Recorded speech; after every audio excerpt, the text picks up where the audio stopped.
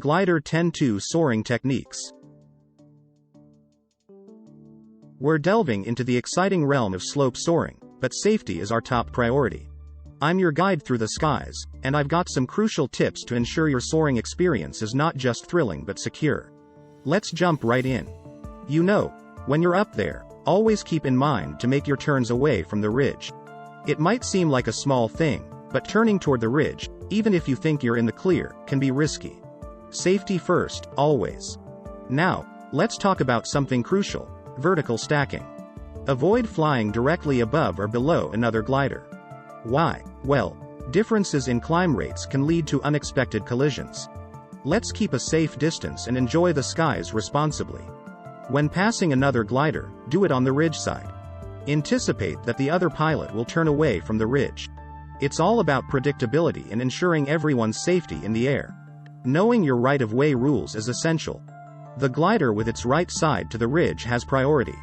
Always give way to the right, and stay vigilant to avoid mid-air surprises. Safety is a shared responsibility. Now, let's navigate through bowls and spurs. These features can create lift on the upwind side and sink on the downwind side. Move carefully, considering the flow of traffic and ensuring a smooth flight. Let's shift gears a bit and talk about slope lift techniques. Master those S-turns into the wind to catch thermals along the ridge. But remember, never turn toward the ridge during these maneuvers. Safety in every twist and turn. Another technique is heading upwind away from the ridge to search for thermals. If unsuccessful, cut the search short and return safely to the comforting arms of slope lift. It's all about adapting to the conditions. And of course, keep a keen eye out for obstructions. Wires and power lines are hard to spot, especially at low altitudes. Check your charts, listen to local pilots, and always be aware of your surroundings. So, there you have it, soaring aficionados. Keep these safety tips in mind, and let's make every flight a thrilling and secure adventure. Navigating the skies brings its own set of challenges, especially when ridge soaring. Let's explore some valuable tips and techniques for a safer and more enjoyable experience. Firstly, keep a keen eye on the ridge slope, as certain areas act as collectors or dividers of wind flow. Mountain bowls and canyon ends, known as collectors, can offer extreme lift, but always have an escape plan. Dividers, parallel ridges, may create airflow separation, impacting lift. Understanding these features enhances your soaring strategy. Remember, the downwind side of a ridge produces turbulence and sink, especially with larger or higher ridges and increased wind velocity. Tighten your seat and shoulder harnesses during sink, and remember, speed is your friend. Approach ridge crests cautiously, as steep ridges can collect thermal action from both sides. Stay upwind of the crest to avoid unseen hazards. Shade on the ridge indicates descending air and potential sink, especially in low sun angles or late afternoons. Thermal sources often emerge where drainages meet the ridge.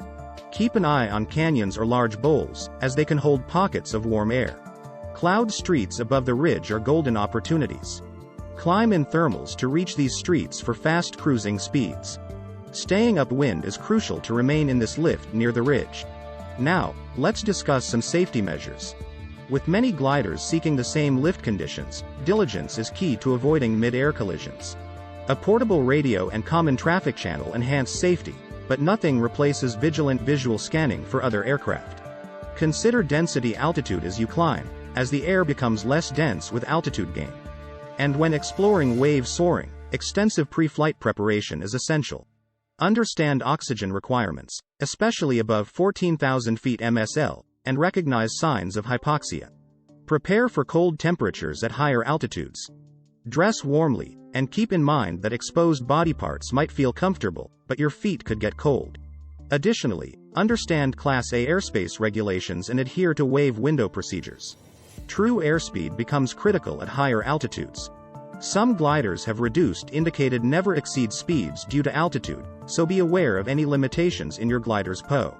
Prepare for the possibility of not contacting the wave, and plan minimum return altitudes from different locations. Calculate worst-case scenarios and consider off-field landing options. Perform a thorough pre-flight of the glider, paying attention to control fittings, lubricants, spoilers, and dive brakes.